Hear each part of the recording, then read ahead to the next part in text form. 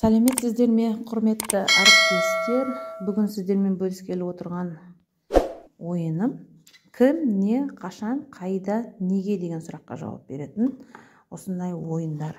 Бұған тағы да біздің осындай домино кубик шаршыларымызды қолдана беруге болады. Мінекей бізден оқушыларымыздың уже тозған кубиктеріміз әбден ойнаған. Кім, не, қашан, қайда, неге. Мысалға, сіз мына екі кубикті түсіргенде, мысалға мынада 6, 1, 7. Екі шаршыны тастаған кезде, мысалға 5 және мынада 1. 5 пен 1-дің қиылысында қандай тапсырма бар? Көрейік. 5, бізде мұнда 5 және 1-дің тұсында бізде Google деген сөз тұр. Осы Google, бұл не? Қашан пайда болды? Қайда пайда болды? Және неге пайда болды? Осы сұрақтар аясында оқушы сөйлеуі қажет. Мысалға, келесі тағы тастайық. 1-де 4 делік. 1 және 4-дің тұсында. Бізде Ахмет Байтұрсынұлының портреті тұр.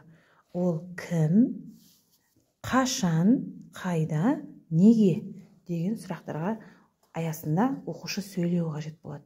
Дәл осы сияқты бізде түрлі тұлғалар және түрлі заттар берілген. Ол заттардың не екендігі, не болмаса тұлға болатын болса кім екендігі, қашан, қайда, неге деген сұрақтарға жауап береді. Бұл да белгілі бір оқушыларыңызды тілдік дамыту мақсатында, не болмаса суреттердің, тұлғалардың орнын ауыстырып, өзіңіздің қиялыңыздағы ойынды құрап алуыңызға болады. Бірақ міндетті түрде осындай домино шаршыларын қолдансаңыз әбден керемет болады. Мен бұл ойынның атауын дәл осы сұрақтармен атауды жөн көрдім. Кім, не, қашан, қайда және неге деген сұрақ. Ал істеріңізге сәттілік, жасап алыңыздар. Шаблон қажет болатын болса, менің WhatsApp нөміріне шықсаңыздар, тегін беремін.